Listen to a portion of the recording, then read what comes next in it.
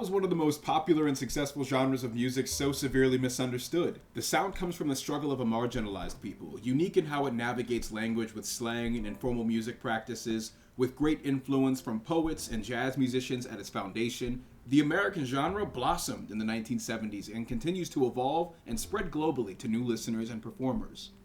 Unfortunately, hip-hop and rap music and the surrounding culture have been demonized and misrepresented at every step. For instance, hip-hop.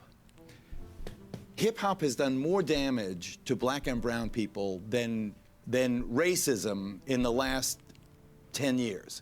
The guys that are reading information and Why doing so much things. cursing?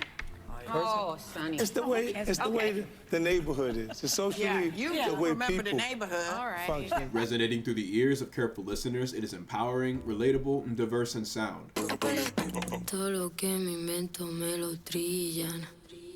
Chándal, oro, sello, y mantilla. To the same degree, it's unfiltered and straight up disrespectful. Fucking on your bitch, yeah, that. Cooking up dope in the crock pot. We came from nothing to something, nigga. Hey. I don't try nobody, grip the trigger. For passive listeners that don't enjoy the sound at a surface level, that's a great barrier to entry. What lies beneath are vast layers of flavor and style in a hyper-competitive industry of MCs living their underdog story. Pulling no punches, hip-hop and rap music carries with it the scars of poverty, struggle, and crime shared by many of the contributing artists. The creative space is a welcoming avenue for social commentary and political action. It's hard to forget the Federal Bureau of Investigation's interference with Los Angeles-based rap group NWA, and more recently, the Secret Service with rapper Joey Badass. Leave us dead in the street to be the organ donors. They disorganized my people, made us all loners. Still got the last names of our slave owners. Rappers will tell you exactly how they feel through a double entendre and incomplete sentences and then make you do the work to understand it. Mardi Gras, that's Swiss time and that's excellence. Two-door preference, roof gone, George Jefferson, that white frost on that. Bravado is exciting. Attempting to censor the language of hip-hop music stifles creativity and undermines one of its most important cultural features, empowerment. Whether it inspires to escape a tough environment or it's used as liberating music for gym-goers, it evokes a sensation of being more than what you are. The audience accepts vulgarity as part of the experience, much like how one would need to accept gore and violence to enjoy an action film.